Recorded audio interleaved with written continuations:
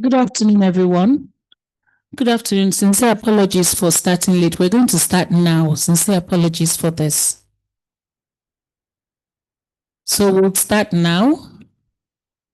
Just give us a couple of minutes, please.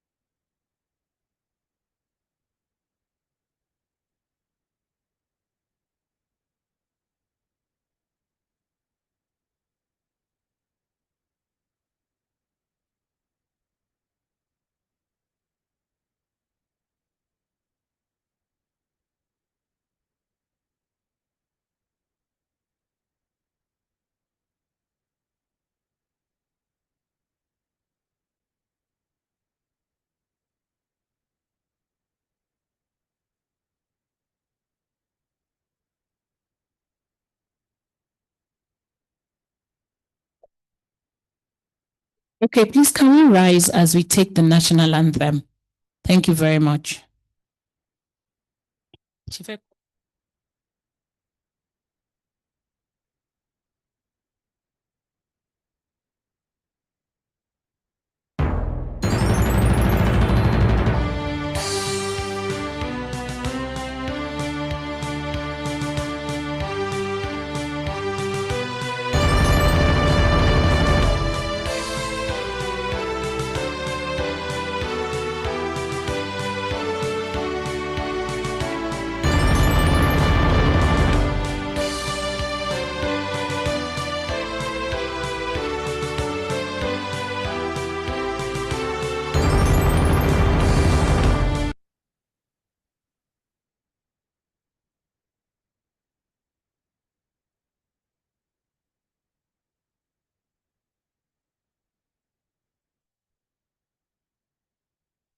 Good afternoon, everyone, once again.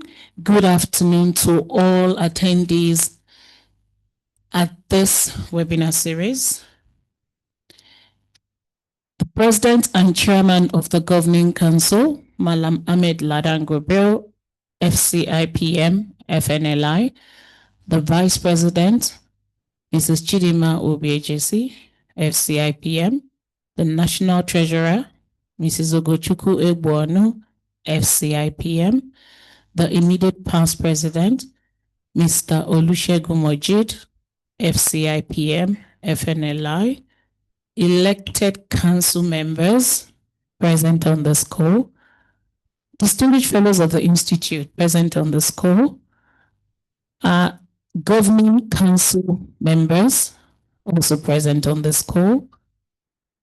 Our speakers for today, Mr. Godwin Ayondua Ayorom, I'm so sorry if I didn't pronounce that right, ACIPM, Analyst People and Change, KPMG Nigeria, Ms. Bemisola Akinola, ACIPM, Employer Brand Manager, Nigerian Bottling Company, Pamela Elekwachi, MCIPM, HR Manager, Capital Sage Holdings, Mr. Ololade Yusuf Shinaba, MCIPM, Head Talent Management, Igbin Power PLC, our moderator. Good afternoon to you all and welcome once again to the CIPM and You Webinar Series, our September edition, holding today, 24th September 2025. And the theme is Experience That Shapes, Learnings That Last, HR in the New World of Work. And this is really preparing us ahead of our conference that is rapidly approaching, which is next month. So I say good afternoon once again. HQ staff, good afternoon and welcome. My name is Oluwatoyin Naiwo. I'm Registrar Chief Executive, CIPM. Thank you. At this point, I would ask that we all please rise and you join me as we take the Institute's Code of Conduct. You recite after me, and as a member, when you get to I, you insert your name and your membership grade. Thank you very much. Thank you for joining us.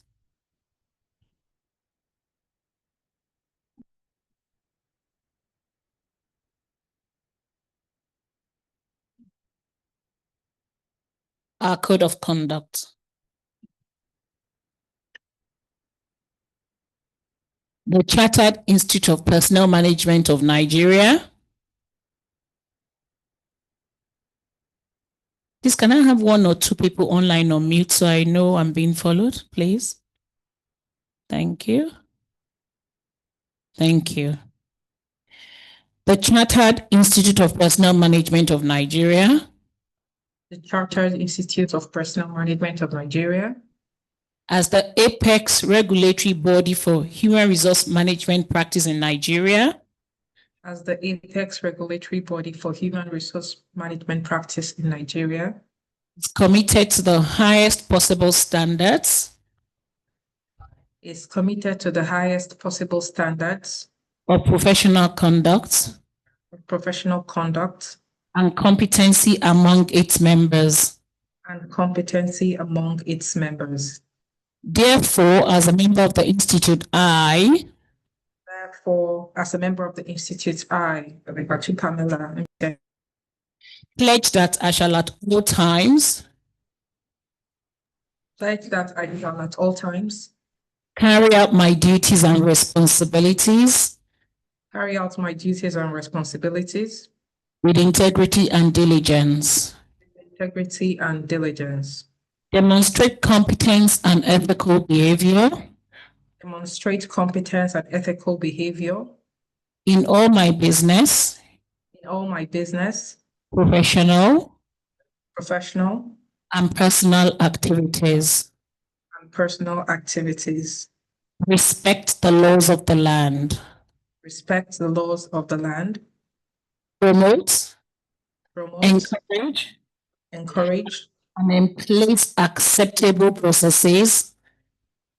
And in place acceptable processes. And procedures in the practice of human resource management. Procedures in the practice of human resource management. Within my sphere of influence. Within my sphere of influence. Endeavor to make personal decisions. Endeavor to make personal decisions. After considering all options. Of which resignation may be one. In defense of this code of conduct. Where there are conflicts. Between my professional obligations. And the expectations of my job roles. So help me God. Amen. You may be seated.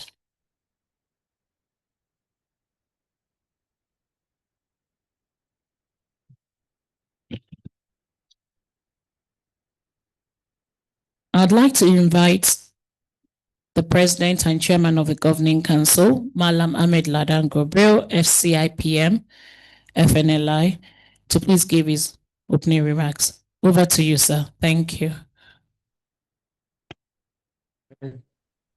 Thank you very much, Madam Registrar and CE. Please confirm that you can hear me. Yes, sir. Can hear you, sir. Loud and clear, sir. Thank you. Thank you. The Vice President, Mrs. Chidimo PJC, FCIPM. The National Treasurer, Mrs. Obuchukwu Ebuonu, FCIPM. Okay. The Registrar and Chief Executive, Ms. Oluwatoyin Naiwo, FCIPM.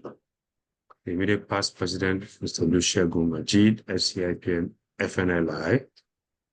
Distinguished elected council members and members of the Governing Council, fellows of our esteemed institute, our esteemed panelists, Pamela Elekwachi, MCIPM, Godwin Ayon, ACIPM, Misola Akinola, ACIPM, and our distinguished moderator, Ololade Yusuf Shinaba, MCIPM, valued members, non-members who are present with us on the call, ladies and gentlemen, good afternoon to you all.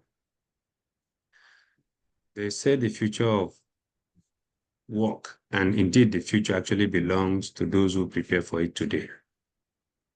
But I dare say that the future of work actually belongs to those who shape it today. And this afternoon, in this September edition of our CIPM and You Webinar Series. We're not just preparing for the new world of work, we are actively creating it. One conversation, one experience, one learning, and one step at a time. The theme of today's webinar, experience that shapes, learnings that last, HR in the new world of work, could not have been timelier. And this is why. Because the world of work has flipped its script already. Artificial intelligence is no longer futuristic. It is here with us. It is real, and it is recruiting faster than some HR managers would. Just recently, the global entertainment industry gave us a bold example. A multi-million-dollar record deal was signed, not with a human being, but with an AI music artist. The backlash was instant. Several American artists criticized the move, calling it a slap on their talent. That moment captured the very tension we face today. The clash between human creativity and machine capability. And it is a mirror of what is happening across industries right now. Yet, amidst all of this disruption, one truth remains unshakable. People are the ultimate competitive edge.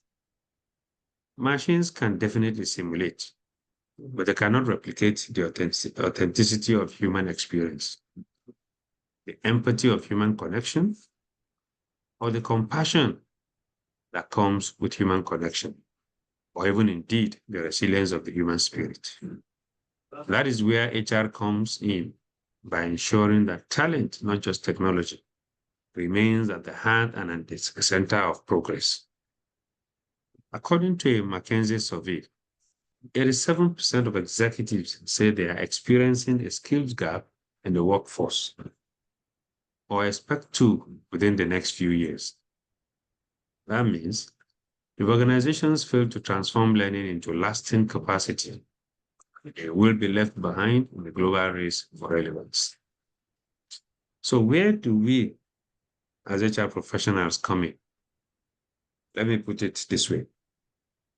HR is no longer just human resources as we all know it.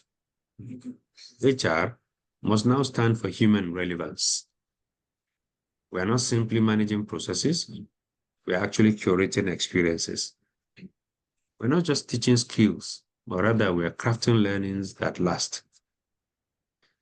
And as Maya Angelou beautifully put it, people will forget what you said. People will forget what you did, but people will never forget how you made them feel. And that, for me, is the power of HR, where we shape experiences that spark lasting transformation. Respect. Think of it this way. Experience is the seed. Learning is the water. And HR is most definitely the gardener and the tenderer. What we nurture today determines what grows tomorrow. Now, speaking of tomorrow, let me invite you all to the single most important gathering of HR professionals on the continent. And that is the CIPM 57th International Conference and Exhibition, coming up from the 27th to 30th of October 2025, Bola Ahmed Tinubu International Conference Center in Abuja.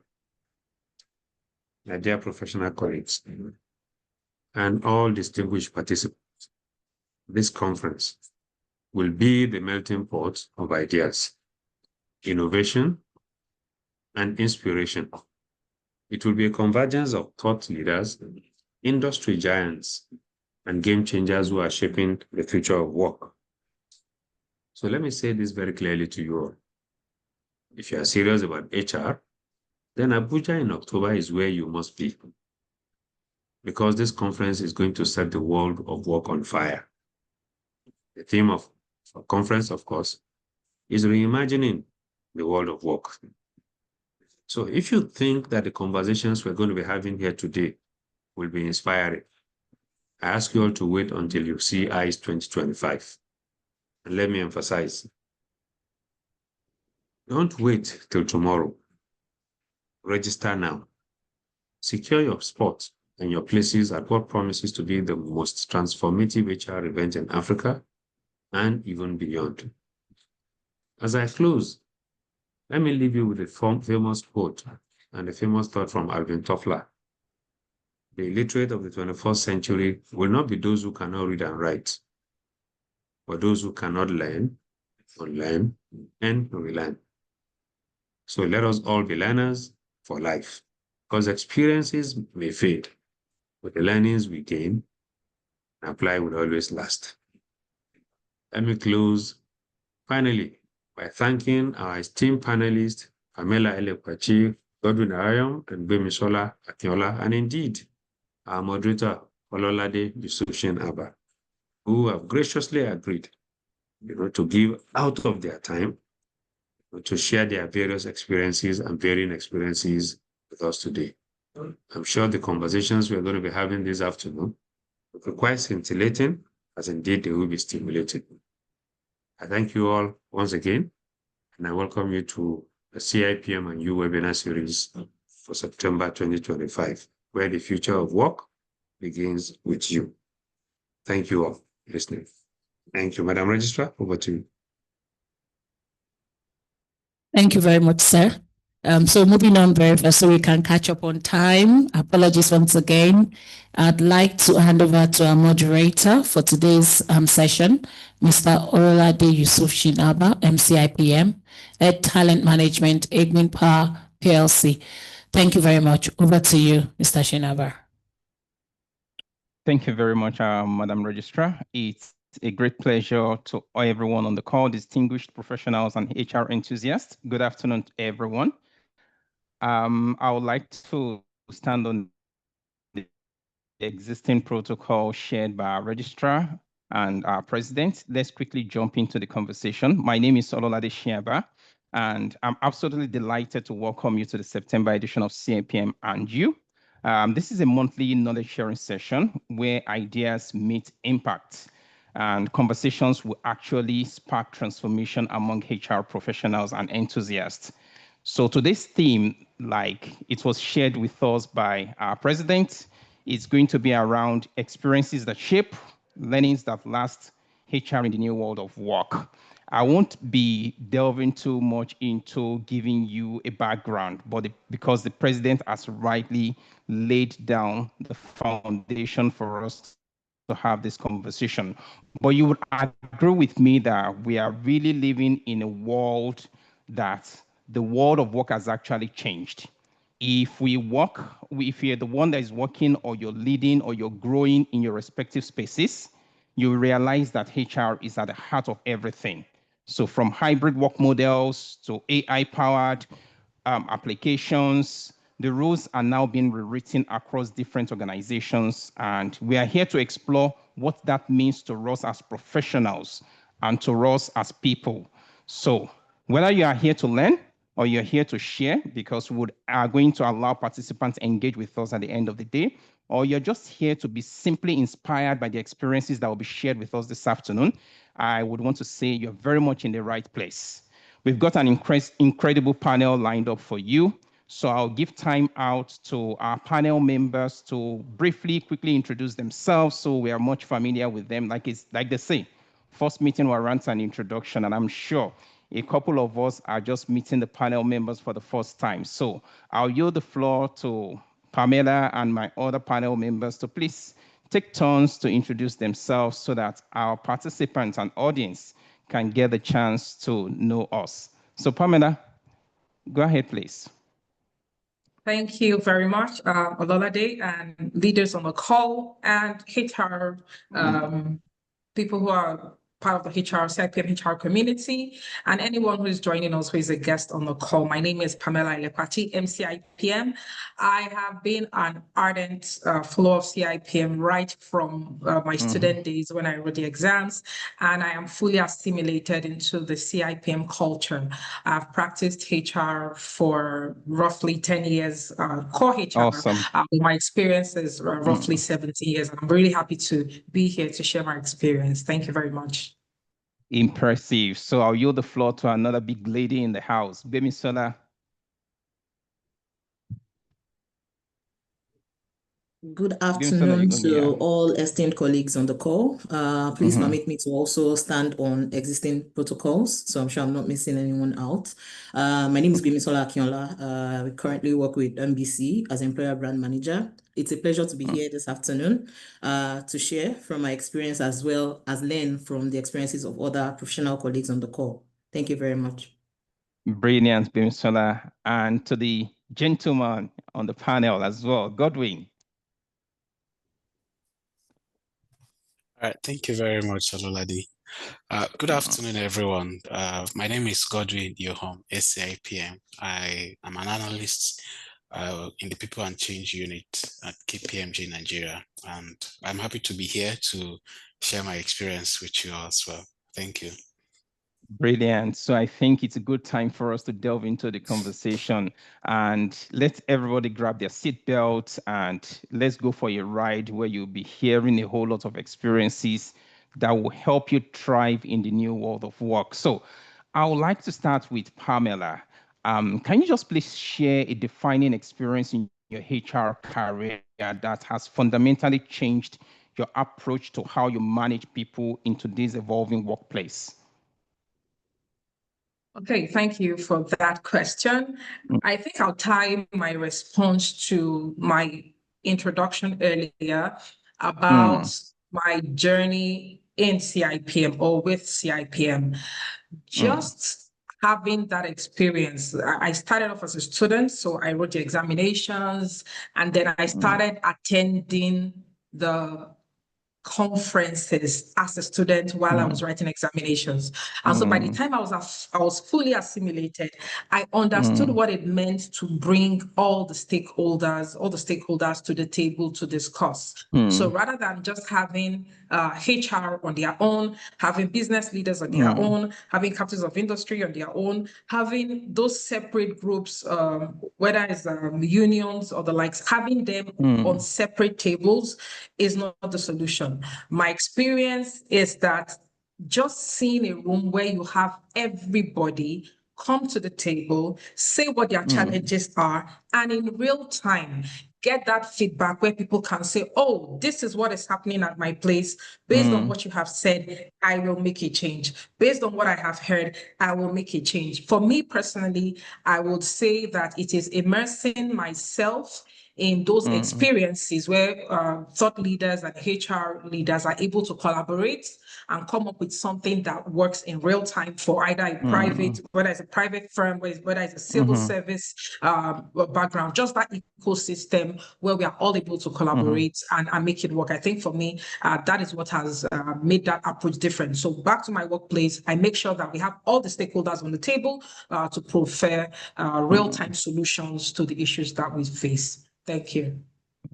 Impressive experience you've shared with us, Pamela, quite a wonderful one. And I think one of the takeout from your experience is such that, like I mentioned, I think we've got a couple of HR enthusiasts on the call. So CIPM is a very viable platform for you to start that HR journey you would like to have. Look at how Pamela has been able to get a lot of insight by studying all through the examination route. And now she's the HR manager of a company and she's doing pretty much well. So that's a learning for us HR enthusiasts that are still having the doubt as to whether or not I should start my CIPM or not. So good way to go. The second question I would like to throw out there is, I would like to have that, I would like to get Bimsola's thoughts on that. And the question is, what are the most critical skills HR professionals need to thrive in the new world of work? All right, thank you very much, Ololade, for the question. So I'll start off from where the president earlier shared in his words earlier. He talked about the fact that our roles as HR professionals have since changed. And I would like to say we are already in the new world of work. And the ship has long sailed from when HR practitioners used to be referred to as, barely administrative staff. We have moved from being all about just processes to becoming strategic business partners to, you know, our organizations and the organizations that we support. So if we were to speak about critical skills in the new world of work, for me, that would be around digital fluency.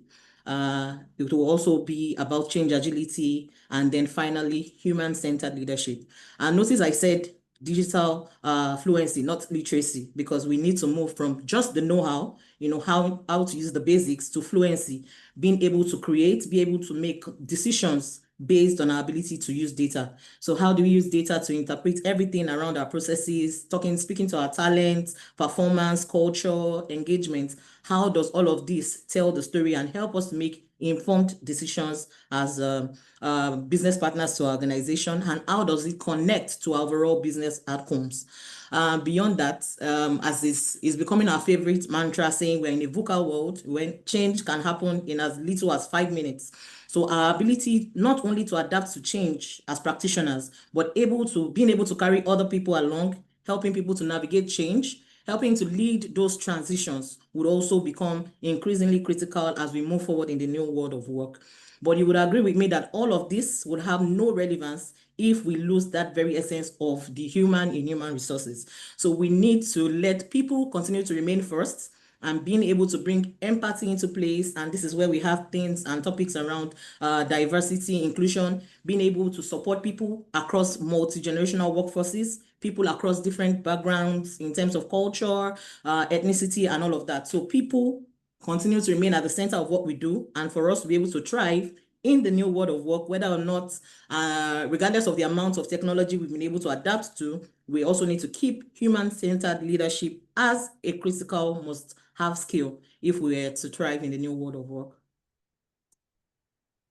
Oh, impressive, Bimsola. Thank you so much. Before I give a quick response to that, I would just like to engage our audience. Please use the chat box as much as possible.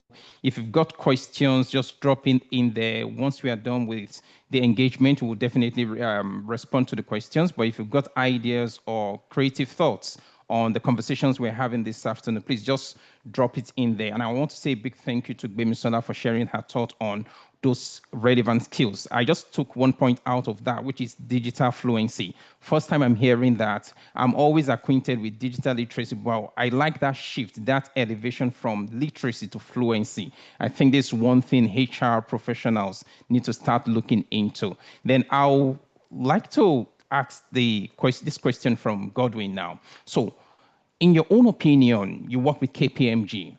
So how has your organization leveraged technology or new practices to adapt to post-pandemic workforce realities?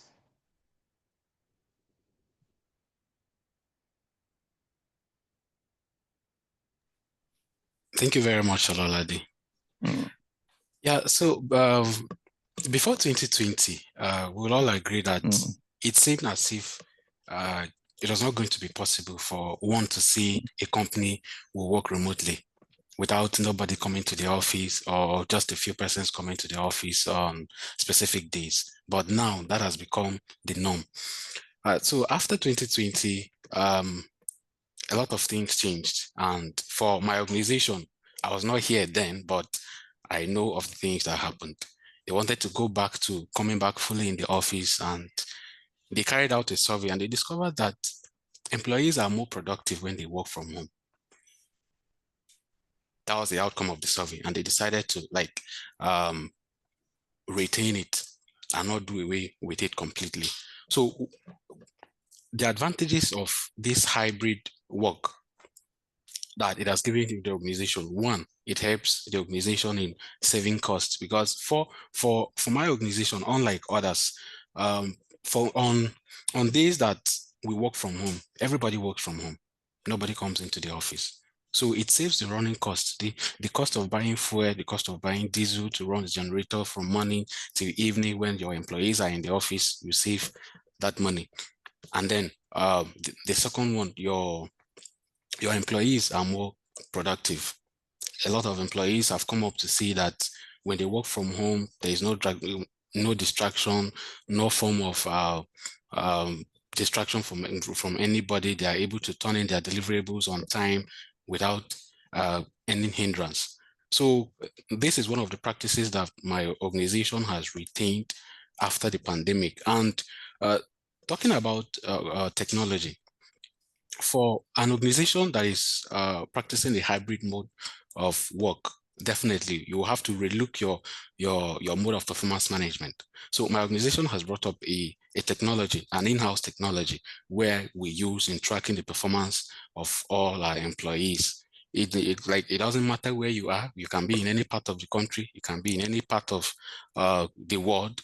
You just hop on and speak with your performance manager, you have your discussions, document it on the platform, and you are good to go. You don't need to be in the office. Now, another technology that the organization has leveraged is the learning management system.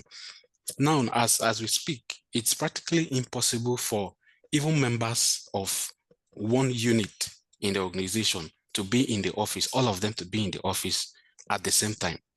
Just one unit. It's impossible to have all the members in the office at the same time.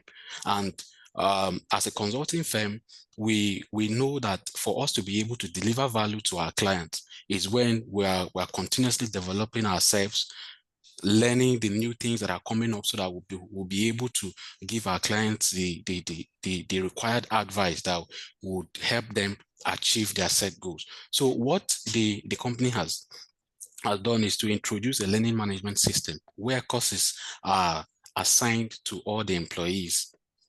No matter where you are, you can be in any part of the world. You just get on the platform, run your training, do the assessment, and you get a certification. So one may ask that if you are not in the office, or you are nowhere close to the office, how will you be monitored for them to know that you are really taking these trainings? It is tied to your performance management. For any training that you complete, there are certain points that you earn. And at the end of the financial year, it is expected that you have a certain number of points that will count for you during your appraisal. So those are the technology that my organization has leveraged so far. Fantastic insight, Godwin. Fantastic insight. So I think one learning from there is the fact that organizations now are creating their own technologies. I'll come back to you now. So what learning interventions have you found most effective in building resilient and future-ready teams?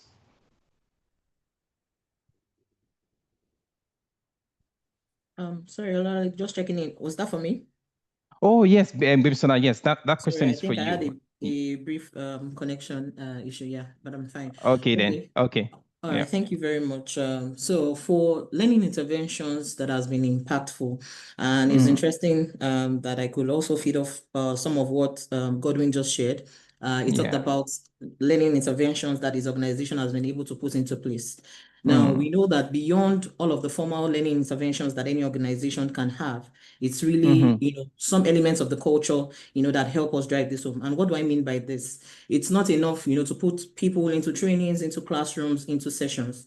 But when people feel like they work in an organization where they have that, I don't know if I'll call it the flexibility to try and fail forward, then you have people who are willing, to take a chance, to make a change.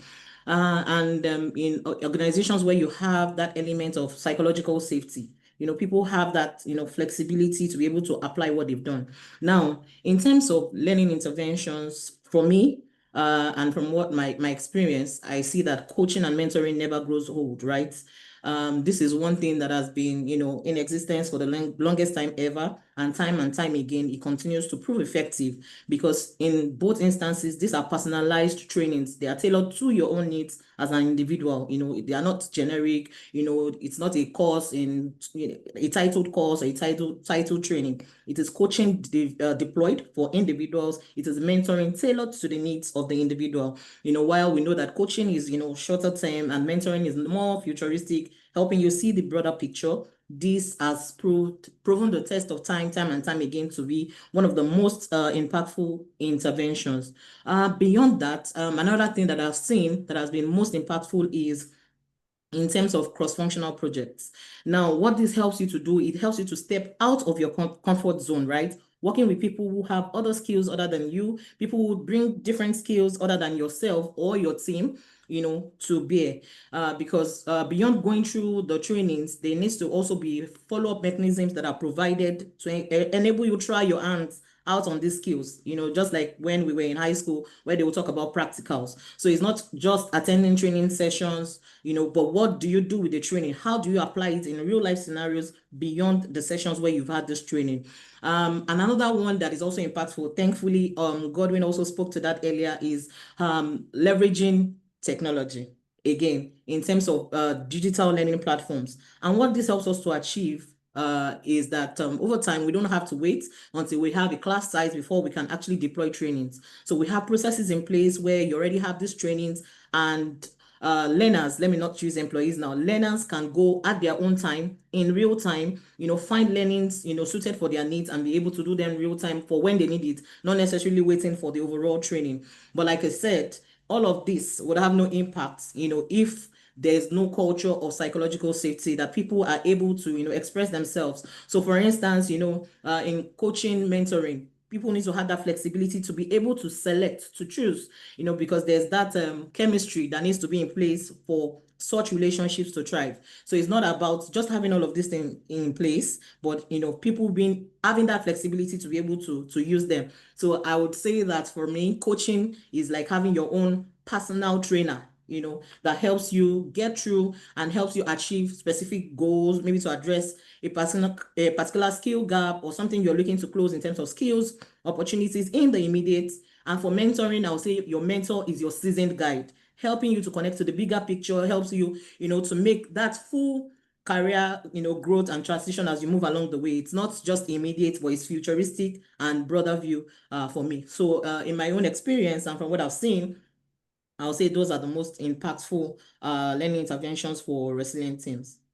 Oh, thank you so much, Bemisola. That is actually very impressive in terms of the realities of the world of work today. So for organizations and for HR practitioners, again, if you do not have a coaching framework, if you do not have a mentorship framework, this is a good time to start thinking of implementing one, because this is one learning intervention that would definitely help you thrive in the new world of work. So this is one takeaway for each and every one of us, especially HR professionals that are yet to start implementing coaching and mentorship framework.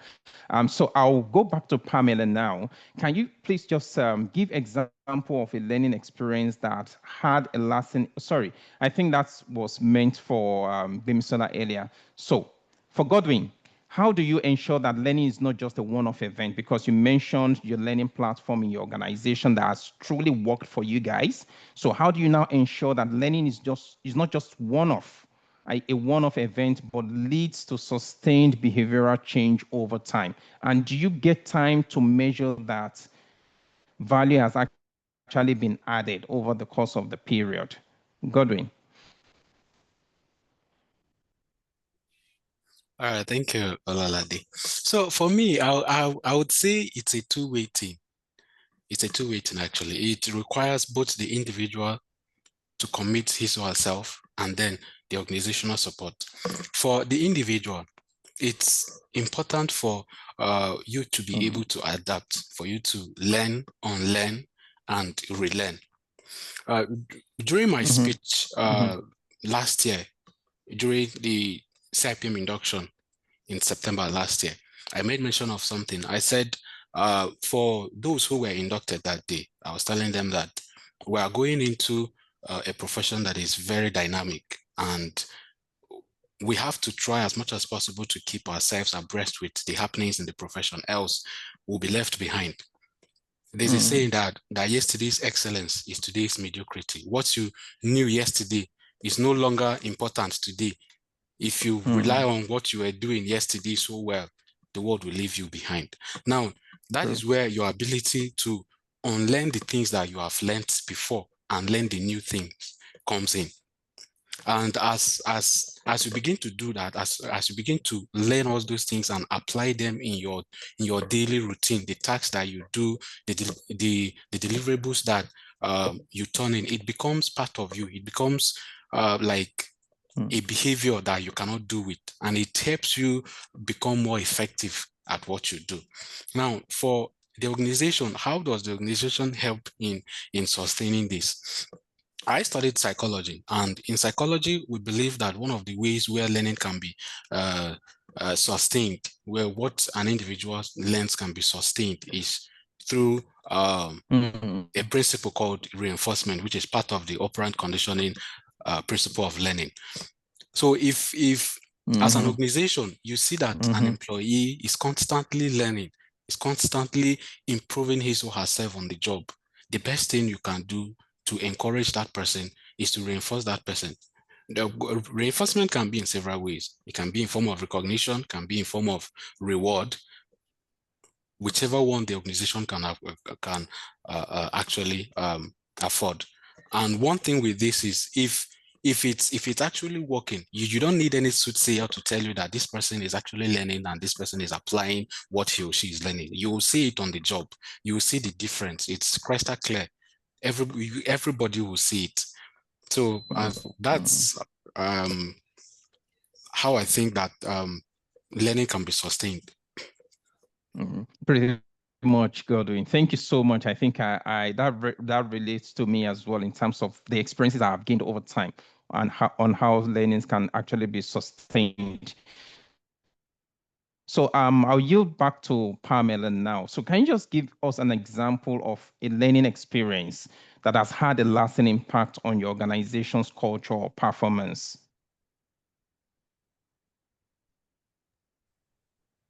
Okay, so I have several to share, but I'll talk about the fact that I think it was when Bimisola was speaking, something about what do you do with the training after it is done?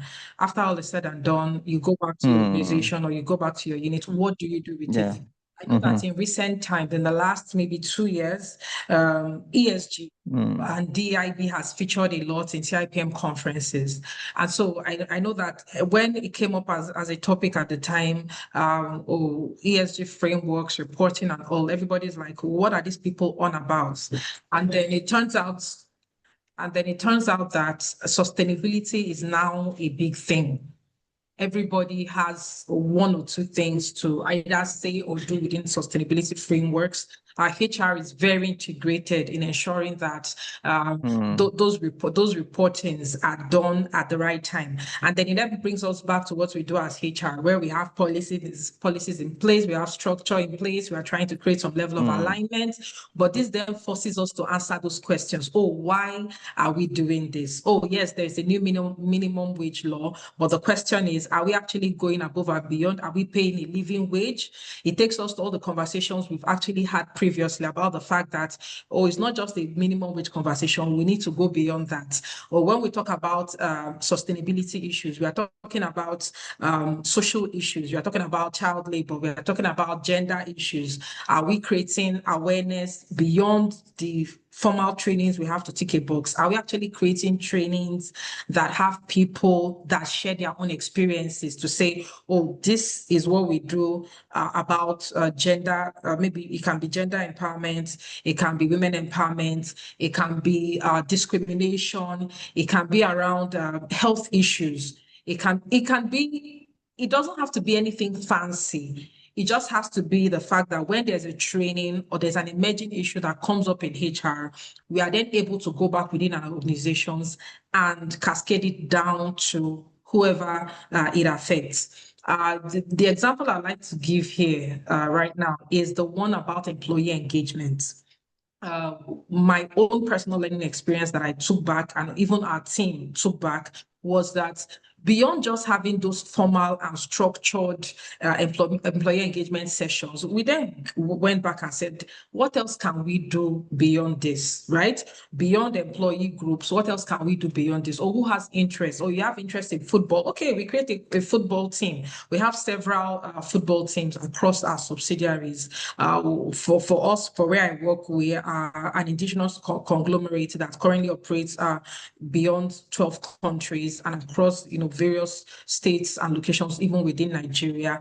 And the question is, what do you do with a workforce that is spread across locations and across industries? The best option you can is to make sure that you collaborate beyond what your title is or what your role is. And then we give people the opportunity to say, oh, you want to have football teams? Yes, you can have it across board. You can play amongst yourself. You can have a tournament and it comes out well, because beyond that formal and structured room or window of employee engagement, people are then able to decide or determine what they engage in, or what their interests are, or the kind of groups that they promote. And so for the organization on itself, it doesn't have to cost you money, or it doesn't even have to cost you too much money. All you need to do is identify people who are champions in those areas, people who are passionate about it, and I promise you they will drive it. As basic as having workout sessions, as basic as having, have a female football team, as basic as having just KSS sessions, having a book club. We don't have to break the bank to say that, until we do things that are structured or that are formal, that is where we get results. So for me, I'll just put it to the fact that having those learning experiences for myself personally, and for our HR teams and for our leaders, cascading it and putting it in their faces and showing each person how they can make a difference, it actually changes everything. So for me, that's what I'll stick to, in terms of we can actually grow people's experiences and get the best out of that situation. Thank you. Brilliant, Pamela. Thank you so much for sharing your thoughts on that subject. And I think for HR professionals, again, from all of these conversations we are having, there's a need for us to bring out our notebooks and start putting down action points as to what you intend to implement immediately after this conversation, because these are very creative and decisive ideas that our professionals, our panelists are sharing with us. And I think if we go the extra mile to implement some of these things, you will be marveled as to how your organization will evolve into achieving its objectives. So take, for example, what Pamela said. As HR professionals, start getting involved in emerging trends. How well do you know sustainability? How well do you know DEI? These are conversations we all need to get engaged in. Get involved in those conversations and see how you can adapt it or localize whatever it's been said in those areas into HR practice, and see how HR will be seen as a department that is helping the organization to grow. Then the other thing she brought up from that conversation is the fact that we don't have to start big. Start small, no matter how little. I remember a friend of mine would usually say, Ololade, do not despise a little beginning. Employee engagement doesn't have to be in millions. You can start as little as thousands in terms of cost that you need to implement. And these are stuff that we need to start exploring. Another point Pamela rightly shared with us is the fact that start looking at employees based on their interests. Not everybody will like football. Not everybody will like volleyball. Not everybody will like, people that are interested in volunteerism. Create a volunteering club where people can be a part of. People like paying it forward. Create clusters of activities that people could also engage in, such that they also feel a sense of belonging at the end of the day. So I think with this, we would wrap up our conversation by getting a closed line of conversations from all our panel members. And I think I would like to start with Godwin. Just mention or share with us, what are those trends that you foresee shaping HR in Nigeria and globally over the next 3 to 5 years? We've talked about learnings that would shape HR in the future. So in your own opinion, what are those trends that you think you see that is going to shape the way we practice HR in Nigeria and globally? And remember, we have this 4-day work trial in Belgium and a couple of European countries. So what are those trends you think in the next 3 to 5 years in Nigeria, it's going to really shook the HR profession? So your thoughts, Godwin? Thank you very much, Olalade. So these trends are already shaping the future of HR today. not even in 3 years to come. They are already shaping the future today. And one of which is how technology and AI solutions have been adopted in HR in performing a lot of roles. I mentioned how my firm has brought about an in-house technology to carry out the performance management system in a way where no matter where an employee is or a performance manager is, they will be able to do what is required of them, document it without having to see anybody. And then aside performance management, another area that that technology has helped in human resource is the area of recruitment. Now, if you look at how recruiters screen resumes now, one application these days usually have like 5,000 responses. As a human being, how can you sit down and start reviewing and start going through 5,000 CVs one after the other? It's practically impossible. Even if it's possible, it's better for you to work smart than for you to work hard. You sit down going through 5,000 resumes, and at the end of the day, you'll be sweating and you think, I'm working hard. No, work smart. And that working smart is for you to adopt the use of technology and AI. It's really helping in that sense. And if you look at even in this same recruitment, people are no longer applying for jobs, but recruiters are reaching out to them. Now, there's something that recruiters use on LinkedIn these days called Boolean search. They'll just write their code as if they are using SQL, and then the caliber of people they are looking for, they'll just appear. All of them will line up. People with 2 years experience, 3 years, depending on what they depending on the nature of command that they have written. All of them will just line up and they'll just go through their profiles and pick the ones that they want to reach out to and reach out to them and try to convince them to join their organizations. This is seamless now, and this is a trend that is going to continue, because it is very easy compared to you going to reach out to other people that you want to let them know of your organization, you want them to join you. You just go on LinkedIn, use Boolean search, and get the number of people that you want.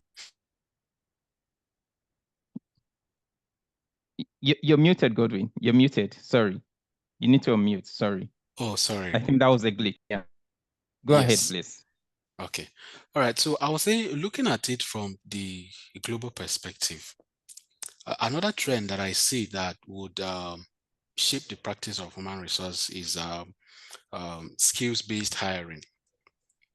Now, a lot of people are no longer looking at the certifications that you have. If you like, have masters, have PhD, they don't care.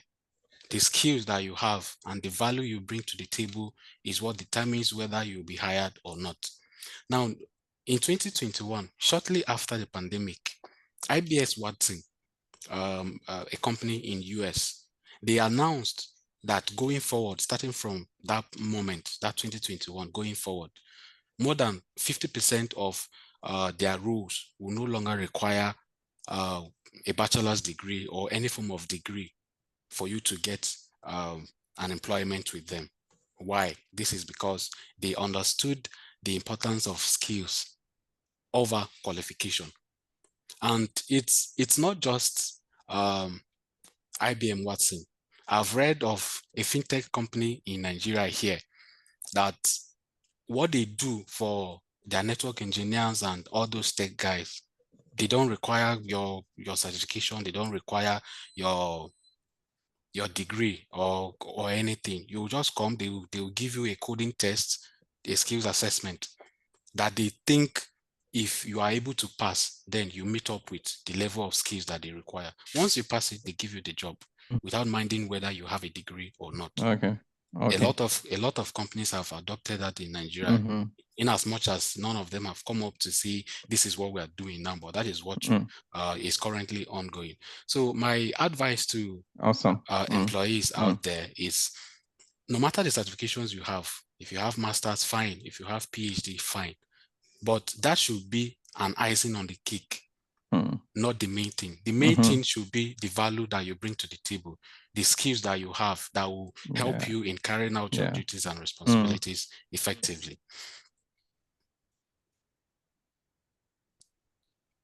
Impressive, impressive. Thank you so much, Gordon, for sharing that thought with us. Take our final thoughts. So, Gbemisola, if you were to advise a young and mid-career HR professionals today, what is the one skill they must develop now to stay relevant in the future of work?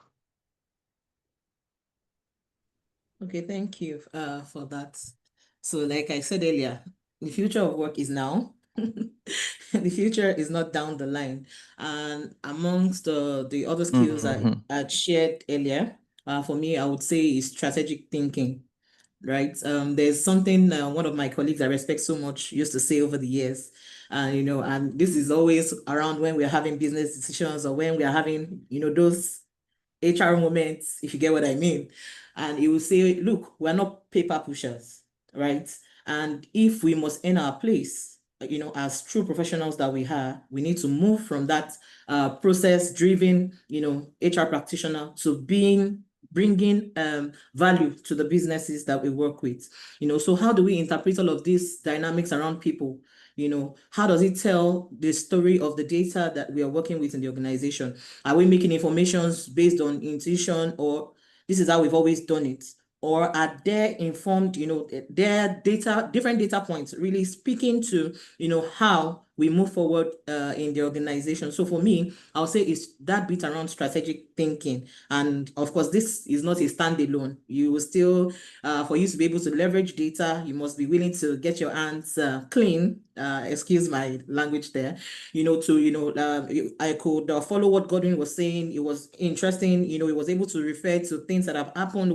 So you are not limiting yourself to your immediate environment.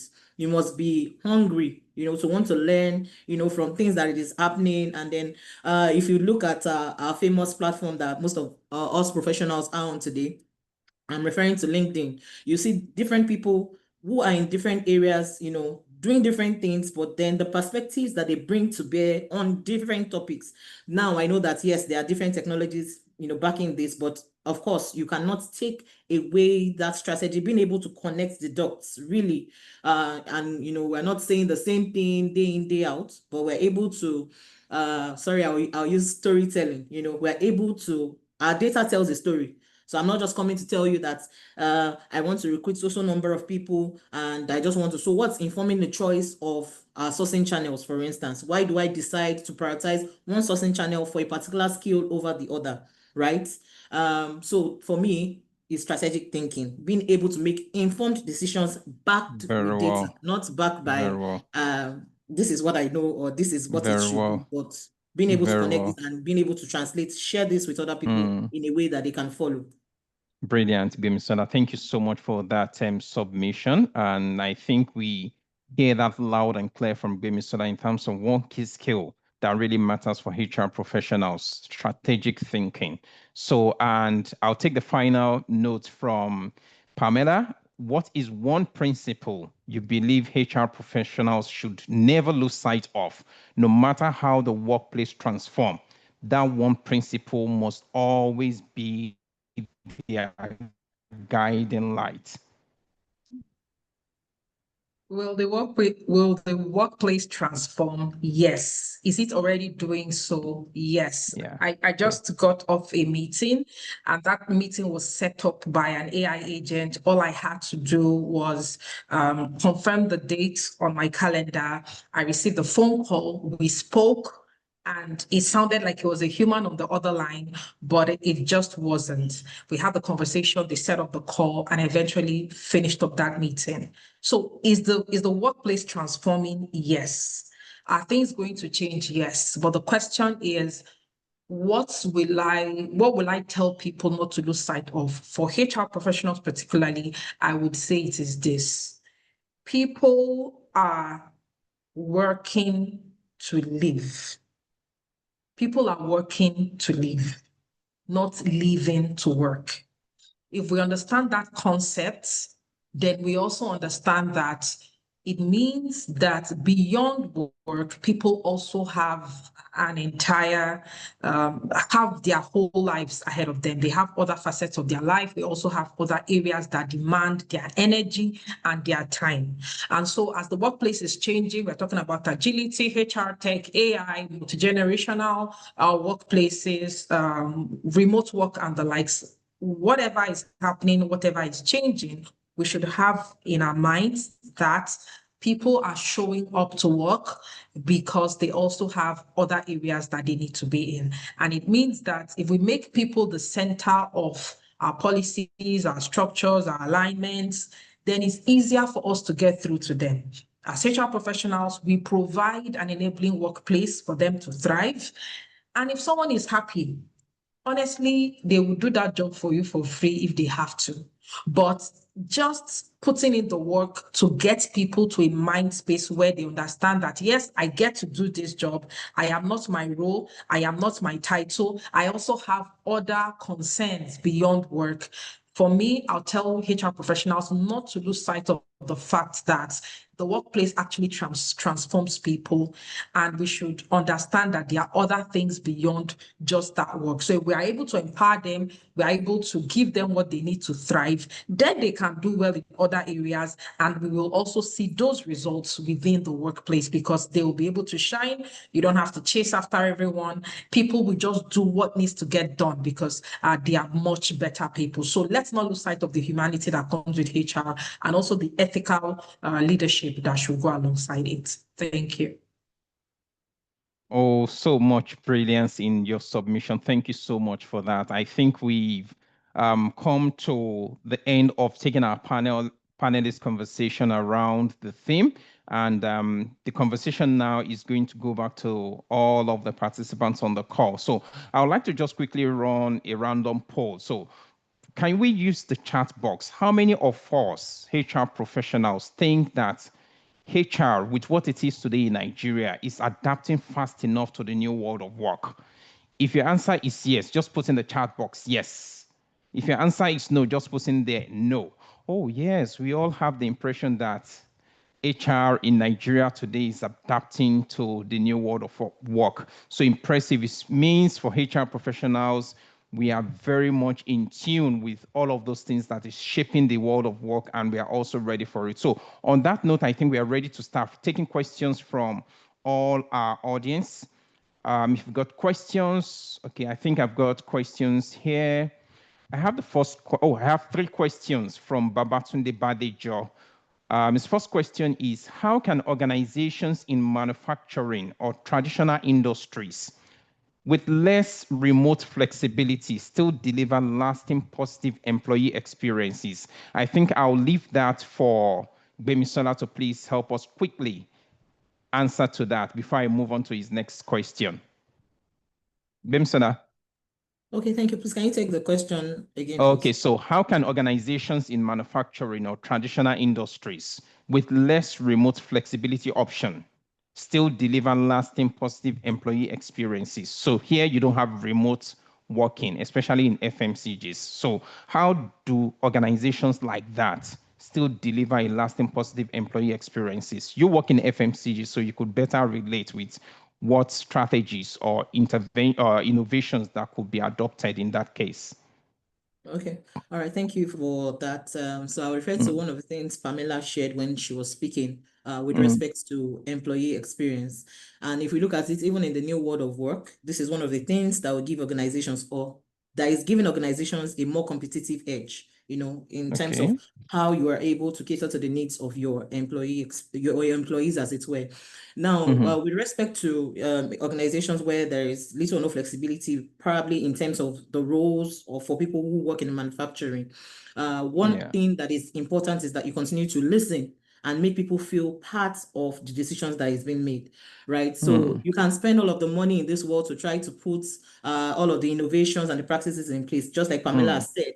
If it does not meet the needs of the people you are deploying it for, then you have done absolutely nothing other than ticking the box. So it's not about what we want to do. Like she said, we want to create this, we want to create this club. what do the people really want? What do they want to do? So there must be that level of interaction where we are listening, getting direct feedback, and as much as organizational processes, right, would deploy what the people need. So we tailor employee experience to the needs of the employee. We don't, it should not be the other way around. And so I believe there are a lot of opportunities, there are a lot of things we can actually bring to place when it comes to, people who do not enjoy as much flexibility as the office-based roles, where you can do all of the fancy and nice things of the world. But I mean, we can make it happen. And the one thing that is key is to tailor it to their immediate needs. And there must be a two-way communication for that to happen. Okay, awesome. Thank you. So Godwin, can you just quickly help us speak to this question? It talks about with shrinking attention span and the rise of micro-learning, how can HR ensure deep, lasting knowledge retention? So just in 2 minutes, just help us speak to that.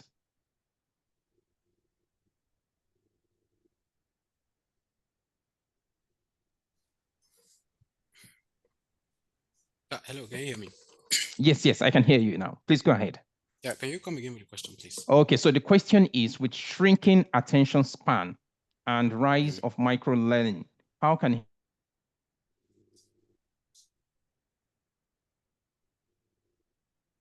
You are freezing, I can hear you. HR ensure deep, lasting knowledge retention? Oh, sorry about that. Oh, can you hear me now? Okay. Did you get the question? Yes. Okay, I heard you. awesome. Yeah, okay. Yeah. Yes, I did.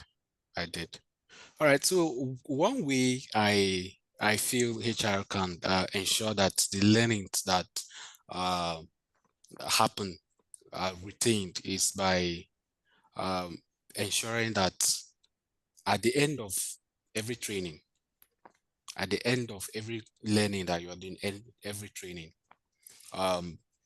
you would write an exam, and it should be tied to your performance.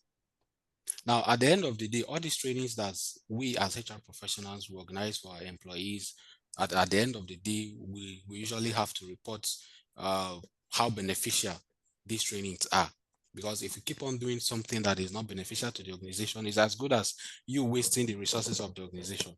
So we report on the ROI of these trainings. And one thing I've come to discover is if any training is going on and the employees get to know that at the end of the training, they will just walk away, they will just eat the food, walk away and go. They tend to pay less attention. But if you put a principle that after the exercise, after the training, you're going to write an exam and you tie it to their performance. Anything that is tied to your performance, you don't joke with it. Because if you don't take it serious, at the end of the day, it's in your hands. Whether you'll be promoted or not depends on what you do at that moment. So that is how I think awesome learnings can be retained. Yeah, awesome. Thank you so much, Use the carrot Godwin. approach. It's interesting. Thank you so much. I think that should work. I think this one is for Pamela. How can HR challenge senior leadership mindsets that may be anchored in outdated work models? Do you want to quickly help give a response to that? Yes, you can show up, you can tell them all the stories in the world, but if you don't show them a practical example of what they are missing or what they are missing out on by not, moving on to the newer models or moving on to the emerging issues or moving on to where everyone is facing, the direction that is the future, which is the now. If you don't juxtapose it and say, this is A and this is B, if you don't have data to come to the table to say, based on what we have done before, if we're able to implement this, 25% of this is that. If you don't come with your numbers, these people they'll poke holes in your story and you have nothing to show for it. So when they come with, when they are holding on to outdated models, it is because it has worked for them so far. And they tell you, if it's not broke, why fix it? So if it is not broken, they are like, we are fine the way we are. But if you're able to prove that that new model you're bringing, or for example, as basic as the 4-day work week, where you say, oh, you don't even have to show up. We don't have to do this 5 days a week. We can do it in 4 days. We can do it in 3 days. People are more productive. They get it done and they face whatever they are doing. And they have their attention is actually at work. If you're able to prove that they will get, the bottom line will be better for it at the end of the day, then they will go with it. But when we as HR are not able to provide the data and juxtapose those two sides to say, this is what you have, but actually it could get better. If we are not able to modify our storytelling, our language, and our data, then we will not be able to convince them to make that change. Thank you. Big time. Thank you so much, Pamela. That was very much spot on. So incisively, what we are saying there is HR professionals have that data-driven mindset in all you do. For you to get management buy-in and get their support on a couple of things, have that data-driven mindset to prove your justification on why something should be implemented. So I think that's the takeaway from there. Then I also have a question from Desmond and Nabulele. Is asking about the performance management app that Godwin mentioned. What Godwin mentioned is a proprietary-based technology that was developed in-house. So I don't think it's something that you can see on the shelf. It's an off-the-shelf application. So your organization can also look at designing something that is specific to what you actually need. Or you can look at on-the-shelf kind of application that would match the interest of your organization ultimately. So it's not something that you see out there. It was developed in-house. Then I have a question from Abiodun Yunus, and I think I would like to push this to Godwin, is asking how can a sales and distribution company incorporate this shift? By the shift, it means the shift in work, in hybrid work, traditional work to remote work now for a sales and distribution person. So how can you incorporate this shift in their condition of work as it's seen to affect culture, strategy, and performance? I don't know if you get the question he's trying to ask. So Godwin? Quite. Yeah. Hello, Lade, can you hear me? Okay. So do you want to take a step? Yeah. Oh, yeah, yes, I can hear you. Yes, can you come again? So his question is, how can a sales and distribution company incorporate? Okay. So his question is, how can a sales and distribution company incorporate this shift in their condition of work as it's seen to affect culture, strategy, and performance? So his starting point was looking at the shift in preferences of candidates while negotiating condition of work.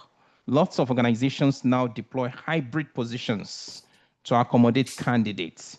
So when you're bringing in guys now, if the role is a full-fledged physical role, so he's now asking, how can organizations like a sales and distribution company start incorporating hybrid work into their own practices such that it could help them attract people to work for the organization?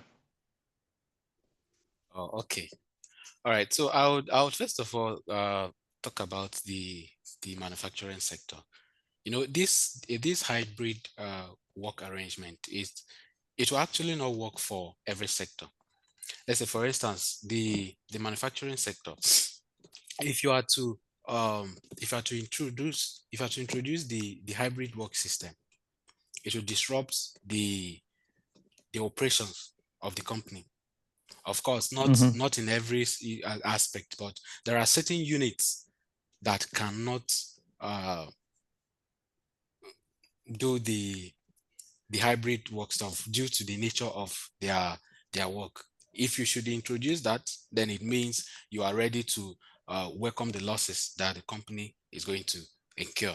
So I would say it depends on the strategy and the culture of the company. Everything boils down to the culture of the company. If those rules are 100%, if those rules require that the incumbents or the people that will be taking over those roles should be 100% in the office without having to be among those that will partake in the hybrid work, it's better you let them know from the onset. Because every attempt, if you decide that you want to make them feel happy at the expense of what the organization will get, then it means you are shortchanging one for the other. You are shortchanging the organization for the employee. And there's supposed to be a balance. Awesome. Awesome. Thank you so much, Godwin, for that. And I think we have 2 questions that came in, and we'll just quickly attend to it because we need to quickly run. Please, this is for Godwin. Godwin, we are not letting you off, so you need to come back. Please, how does the Boolean search work on LinkedIn? I don't know if my spelling for that is correct. Godwin, do you want to quickly take a stab at that? Just 30 seconds. Okay, so I don't know if you are familiar with SQL, it is very easy. If you are familiar with SQL, it's just you writing commands. Just if you look at it, it's if you're not familiar with it, it's actually confusing. But if you get to know how it works, it's very easy. Let's say you are looking for employees who have about 5 years experience. Let's say for a particular role, internal audit, 5 years experience, they have a certain qualification, either MBA or MSc or PhD. Now, what you need to do is to go to the search bar on the link on LinkedIn and type. There's a code. I can't start explaining, but I understand. let me just say, you need to have a bit example. of programming experience, right? Exactly. Awesome, So awesome. you start, for example, you start select. You start with select. You put an apostrophe, select, where then you write the number of years that you want. Then you continue, you keep writing like that based on the conditions that you want. And at the end, when you are done, you click enter, and it will bring up a list of the people who have whose profile matches the conditions that you have written in the search bar. It's not bring anything less. I hope they get it. I hope they get it correctly, Godwin. I hope they don't get error messages. All right, no problem. On the site. So pretty much you can reach out. You can reach out to me on LinkedIn. Okay then. Okay, awesome. Yes, awesome. You can reach That'll out be to fine. Me on LinkedIn, That'll be fine. Problem. That'll be fine. So let's just take the last question. So thank you so much, Godwin. Adeolu is asking the question, based on what Pamela just concluded on, how can I convince my leader for a mind shift in a church setting, despite the eye service, favoritism, and factions? I don't think I get what that is really trying to point at. And Pamela, do you want to quickly wrap up with this? How can I convince my leader for a mind shift in a church setting? So obviously the organization is a church setting, despite the high service, favoritism, and factions. Okay, so do you want to? Yes, let me kind of attempt, right? So irrespective of if it's a religious organization or is within the civil service, anywhere you have people and you have leadership and you have hierarchy, these things happen. So depending on what your own environment is, you may decide to read the room and then decide on your course of action. But what I usually advise people is that no matter what is going on within the environment, invest in yourself and your growth. If you continue to wait for an environment that is not ready to listen, or the environment is not ready to acknowledge, you will be wasting your time shouting. They can hear you, you are screaming, they can hear you, you are walking, they can see you, but they do not, you can't wake a dog that is pretending to sleep, or you can't wake someone that's pretending to sleep. So rather than keep waiting and hoping, continue to do your thing and work on yourself. I tell people the way you work on your own farm or the way you work on someone else's farm is the same way you will work on yours. When the president was speaking, he said this thing about HR being the gardener, right? It means that for something to grow on land, you have to have prepped the land, you have prepped the soil, you have done the things you are supposed to do. And then when the time comes and when the opportunity comes, then you are ready for it. But if you succumb to that environment and keep saying that, oh, there's eye service, there's favoritism, and the favoritism is not dancing towards your area, wait, work on that soil and prepared. One day something will come up and it will work out for you, even within that environment. So it could be a religious place or it could be a regular workplace. Just you owe it to yourself to be your excellent and best self at all times. And I assure you, everything is definitely going to work out. So don't pick up any bad behavior from that interaction because on the long run, it's not going to pay you. So that's the feedback I will give for that question. Thank you very much. And back to you, Lolade. Thank you so much, Pamela, for wrapping up with that response. I want to say a big thank you to all our panel members, Pamela, Gbemisola, and Godwin. It's been an insightful and energizing conversation we've had today, truthfully, from powerful experiences that have been shared with from our panel members to the learnings that continue to drive transformation in our workplaces. To this session has truly reminded us that HR is not just about policies. It's all about people. It's all about purpose. It's all about progress. Human before resources. A huge thank you again to all our brilliant panelists for sharing their wisdom and to everyone who joined us for being part of this vibrant exchange. Your engagement, your curiosity, and commitment to growth are exactly what the future of work needs. And that's exactly what CIPM demands from every HR professionals. As we look ahead, I encourage you to take this momentum with you to the International Conference and Exhibition, ICE 2025, which is happening from October 27 to 30th. And it's a flagship event for us at CIPM, and it promises to deepen this conversation we've had today. It's going to give you the opportunity to expand your network, and it's also going to equip you with the tools to reimagine the new world of work. So don't just attend. I would crave your indulgence to please show up, connect, and contribute. The future is being shaped by those who lean in, and I believe you are also one of them. So it's important for us as HR professionals. The CIPM president, as mentioned at the beginning of this session, it's where every HR professional has to be.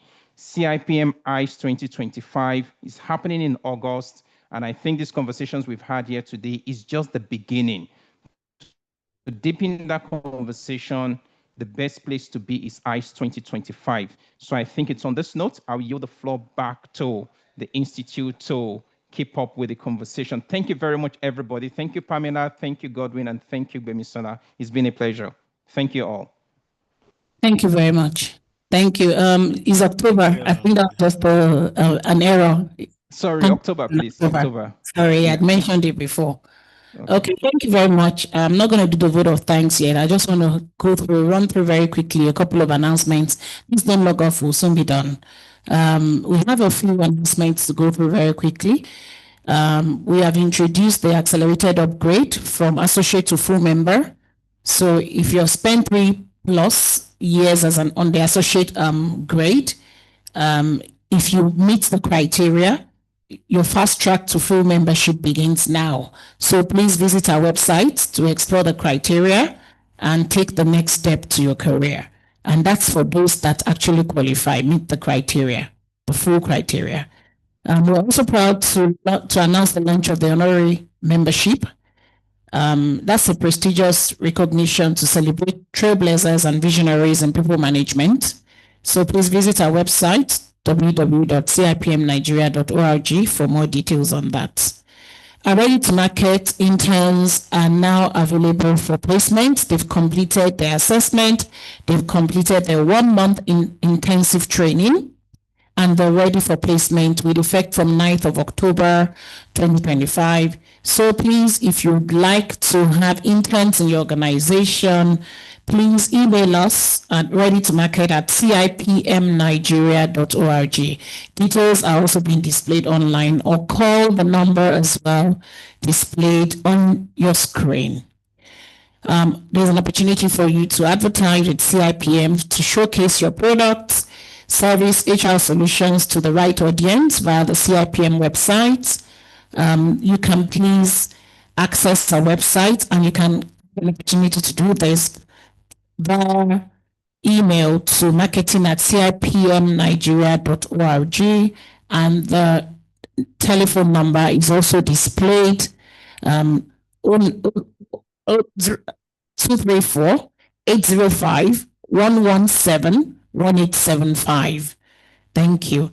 Life insurance coverage is available for all financial members. Please ensure that you keep your membership subscription up to date. And we're not asking for you to benefit from this now, but we're saying it's a benefit for our family members, God forbid, in unfortunate circumstances which we don't pray for. We have insurance coverage for our members that are financially up to date. CIPM Marketplace, again, online as well, opportunity for you to shop for discounted products for our financial members again. Please visit the Marketplace section on our website. Are you not receiving communication from the HQ, from CIPM? Please take the opportunity to update your records. So you can update your records by sending us an email at subscriptions@cipmnigeria.org or your or WhatsApp +234 909 462 5615 actually displayed on the screen before you. Global membership recognition. Financial members continue to enjoy, and you can also enjoy benefits from our international partnership with CIPD UK and CPHR Canada. For more details, please visit our website, www.cipmnigeria.org. Annual subscriptions. Please, if you have not paid your membership dues up to date, please log into the members portal to pay your subscription. Members not financially active, risk delisting by December 31st, 2025. You can email subscription at cipmnigeria.org. The WhatsApp number is also there, +234 909 462 5615. Pre-conference training for the conference, in terms of the conference, are MCPs. It's coming up from Sunday 26th to Monday 27th of October 2025. And the venue is Work and Connect, number 52, Ebutu Ikubi Street, Jabi, Abuja. That's 2 days of insight, learning and transformation to sharpen your edge before the conference itself. So if you have not yet registered for the pre-conference MCP training, please do so by learning@cipmnigeria.org or call also the number displayed on the screen before you. Our 57th conference, International Conference and Exhibition, Africa's largest HR event, is just around the corner, under a month away, or just about a month away, and it's October 27th to 30th. If you have not yet registered, please do so via our website, www.cipmnigeria.org/conference, and group discount is only available, that's the 5%, until 30th September. 5% group discount. Please, there's a lot of fun that awaits you at the conference for different generations. So you can see that the karaoke, the silent party, the gala night. So lots of fun aside from the learning. And we're going to join the thousands of delegates that would be actually networking and learning from each other and also sharing work experiences.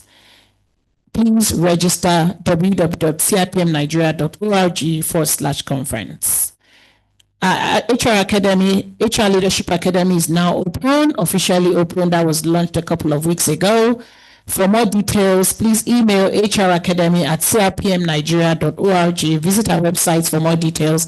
Again, you can see some of the programs already under the Leadership Academy on display, just in front on the screen before you as well.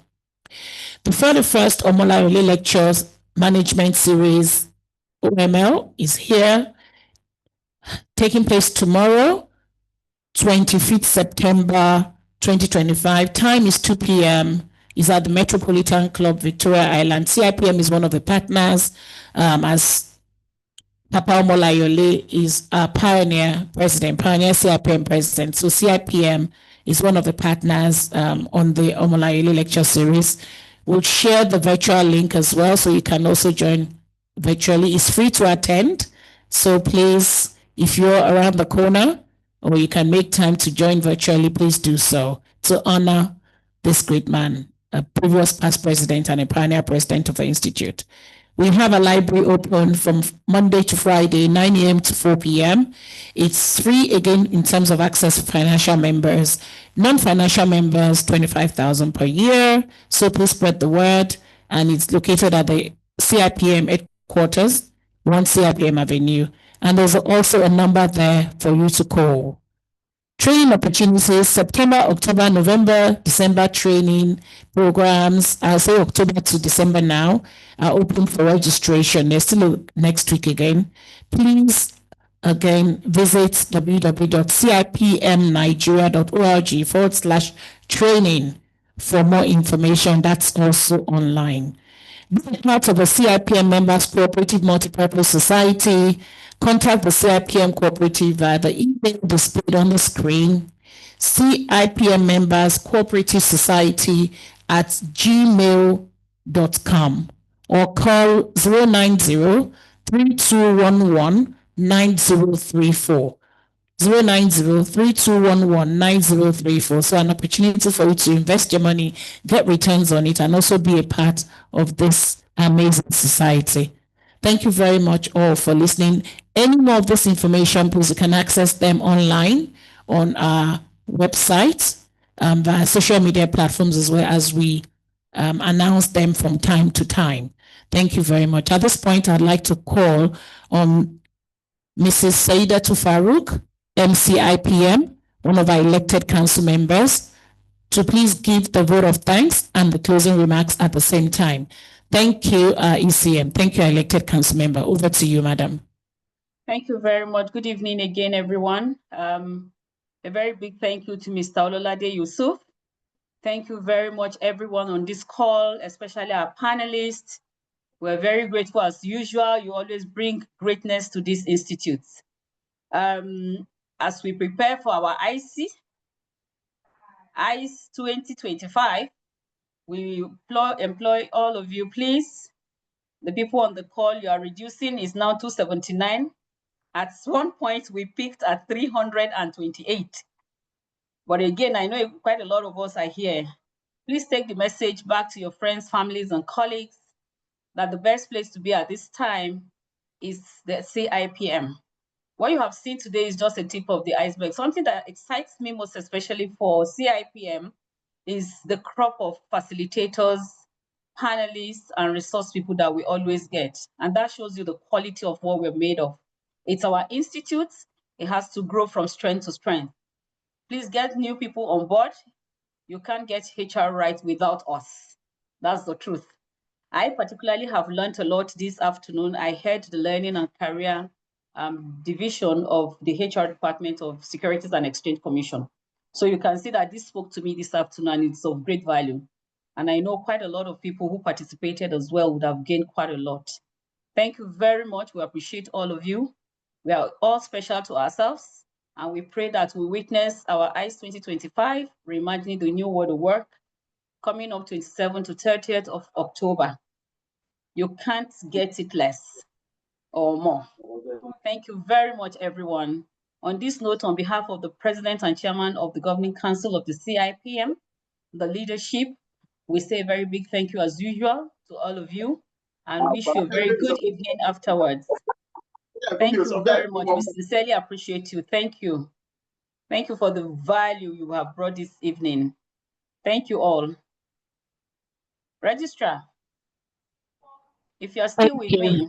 Thank you. Thank you very much, everyone. So have a very good evening and a good ride home, especially those in Lagos. I'm coming to join the traffic tomorrow, inshallah. Thank you very much. All right, thank you very much. Have a good evening. Thank Bye, everyone. you for the closing remarks and vote of thanks to all our panelists and to all to our moderator and to everyone that's graciously joined this session today. May I ask that one please rise as we close this series for September with the national anthem. And just to say, there is most likely not going to be CIPM YOU Webinar Series in October because we'll all be at the conference. Yeah. So the timing falls for in between when we'll be holding the conference. So we all hope to see you at the conference in October. Thank you. We'll take the last stanza of the anthem.